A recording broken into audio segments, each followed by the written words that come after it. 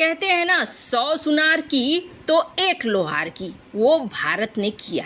और भारत के ऐसा करने के बाद पड़ोसी पाकिस्तान बौखलाएगा, ये तो निश्चित ही था। 30 देशों को कश्मीर में उतार रहा है भारत, जिसके जवाब में पाकिस्तान ने क्या किया। और ठहरिए, अभी कुछ दिन भी नहीं बीते थे और पाक सैनिकों पर हो गई बहुत बड़ी कार्रवाई। जानेंगे क्या है मामला, इसके अलावे बहुत कुछ। आइए जानते हैं इन खबरों को विस्तार से। एक तरफ जहां ये खबर निकल कर आ रही है और खुद पाकिस्तान का फाइनेंस मिनिस्टर कंफर्म कर रहा है कि चीन ने 2.3 बिलियन डॉलर दे दिए हैं पाकिस्तान को और पाकिस्तानी बैंक में ये पहुंच गए हैं। अब ये 2.3 बिलियन डॉलर के पीछे की कहानी कई तरह की निकल के आ रही है। कहा यह जा रहा है कि इस डॉलर के बदले में चीन ने सौदा किया है गिलगिट बाल्टिस्तान का। हालांकि ये आधिकारिक रूप से सामने नहीं आया है, न तो ये आधिकारिक रूप से सामने आया है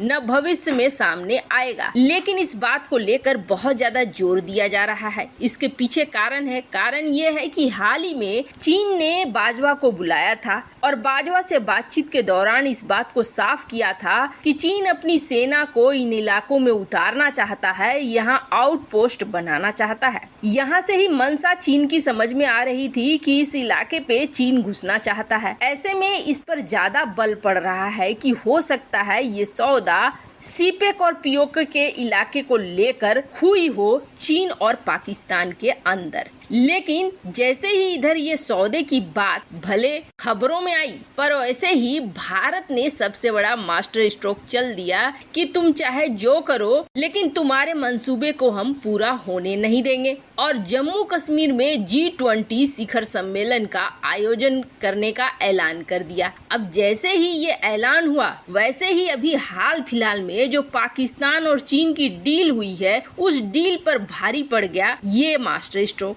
बौखलाना तो बिल्कुल पाकिस्तान और चीन के लिए बनता था, लेकिन चीन किस मुंह से बौखलाएगा, उसका तो ये इलाका है नहीं। इसलिए चीन इस मामले में चुप रह गया और पाकिस्तान आगे आ गया। पाकिस्तान का फॉरेन मिनिस्ट्री कहने लगा कि भारत ये फैसला करके गलत कर रहा है। जम्मू कश्मीर पाकिस्तान और भारत के बीच में इंटरनेशनल लेवल पर एक विवादित क्षेत्र है। 1947 में भारत ने जबरन अवैध कब्जा कर लिया है जम्मू कश्मीर पे, इसलिए ये 70 साल से UN में एक विवादित जगह बना हुआ है। जबकि सच्चाई क्या है, पूरी दुनिया जानती है कि POK गिलगिट बाल्टिस्तान समेत जम्मू और कश्मीर भारत का अभिन्न अंग है और किसने चढ़ाई करी थी, किसने कब्जे में POK को लिया था, ये भी साफ दिख रहा है। दरअसल आर्टिकल 370 के खत्म होने से चिढ़े हुए पाकिस्तान ने कई बातें कहनी शुरू कर दी कि नहीं, यहाँ पर मानव अधिकार का उल्लंघन हो रहा है। जम्मू कश्मीर में 5 अगस्त 2019 के बाद सेना बहुत बड़े एक्शन वगैरह ले रही है। अब ऊपर से पाकिस्तान ने देशों से कहना शुरू कर दिया है कि कश्मीर में G20 का अगर कोई भी बैठक होता है तो आप यहाँ ना आइए, आप इस बैठक में शामिल नहीं होइए। G20 के 20 देशों के साथ रिक्वेस्ट कर रहा है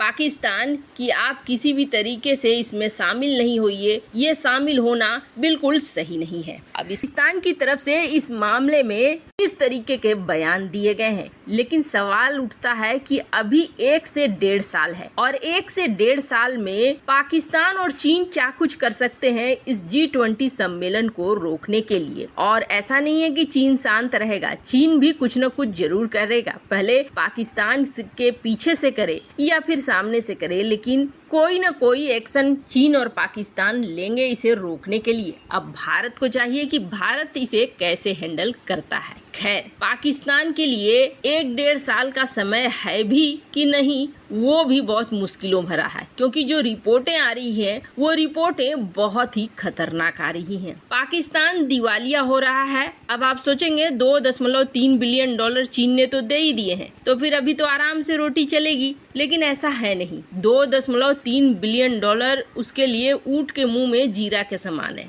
इसलिए क्योंकि पाकिस्तान ने कई देशों से कर्जा लेकर रखा है और ये दशकों का कर्जा है जो करीब 41 बिलियन तक पहुंच गया है। 41 बिलियन का ये कर्जा जो उसे इसी 12 महीने में लौटाने हैं। 12 महीने के अंदर उसको ये सारे खर्चे पूरे करने होंगे और इस सारे खर्चे को पूरा करने के लिए उसे चाहिए 41 बिलियन डॉलर। और चीन ने कितने दिए हैं? मात्र 2.3 बिलियन डॉलर। अब ये अमाउंट पाकिस्तान में आया है तो इतना तो निश्चित रखिए कि इतना ज्यादा भ्रष्टाचार है कि ये ऊपर में ही मलाई खाने वाले बहुत सारे हैं। ऊपर से पाकिस्तान की आंतरिक स्थिति इस तरीके की बनी हुई है कि एक एक दिन बाद दिवालिया होने की नौबत आ रही है। काउंटडाउन शुरू हो चुका है और कभी भी आपको धराशायी होता हुआ दिखेगा। चीन के इस 2.3 बिलियन डॉलर से कुछ भी नहीं होने वाला है और ये साफ दिख गया जब पाकिस्तान के बड़े बड़े मंत्री वगैरह भी ये सलाह दे रहे हैं कि चाय नहीं, सत्तू पी लो, लस्सी पी लो, लेकिन चाय नहीं। चाय इसलिए नहीं क्योंकि चाय हमें बाहर से खरीदना पड़ रहा है और इस वक्त बाहर से खरीदना बहुत महंगा पड़ रहा है। वहीं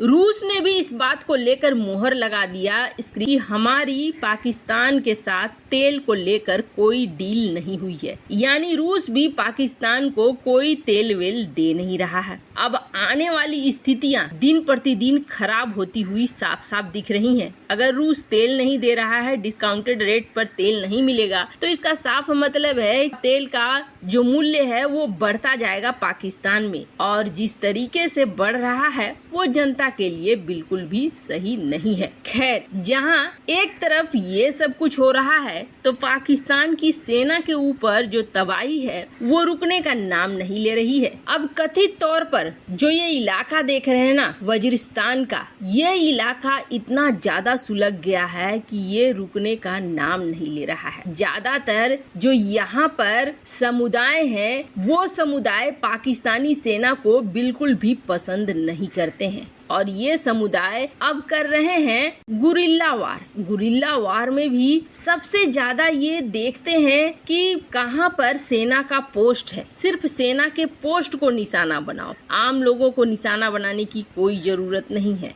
सेना के पोस्ट पर लगातार हमले हो रहे हैं। अब आप सोचेंगे अभी तो हाल ही में टीटीपी के साथ समझौता हुआ था, फिर ऐसा क्यों होने लगा? अभी तो पाकिस्तान ने सरेंडर कर दिया था, कहा था ठीक है ये जो इलाका है पश्तून का इलाका है, यहाँ पर अब टीटीपी का शासन चलेगा, शरिया कानून चलेगा, तो फिर ये सब कुछ क्यों होने लगा? दरअसल बात ये है कि ये जो समझौता हुआ है, इस समझौते पर न तो टीटीपी को यकीन है और न तो पाकिस्तानी सेना को यकीन है। पाकिस्तानी सेना को ये लग रहा है कि टीटीपी इसके बाद पूरे पाकिस्तान में आगे बढ़ेगी, जो सच भी है। एक जगह जीतने के बाद तो वो आगे बढ़ेंगे ही बढ़ेंगे। वहीं टीटीपी को अपने ऊपर जरूरत से ज्यादा यकीन हो रहा है। उन्हें ये लग रहा है कि हम अब पाकिस्तानी सेना को झुका सकते हैं। अब कहा यह जा रहा है कि नॉर्थ वजीरिस्तान में एक बार फिर हमला हुआ है और इस हमले में पाकिस्तानी सेना के जवान ऊपर चले गए। कितनी की संख्या है ये पाकिस्तान ने अभी तक निकलने नहीं दिया है, लेकिन सबसे बड़ी बात ये है कि टीटीपी के साथ समझौता काम नहीं कर रहा है। ये एक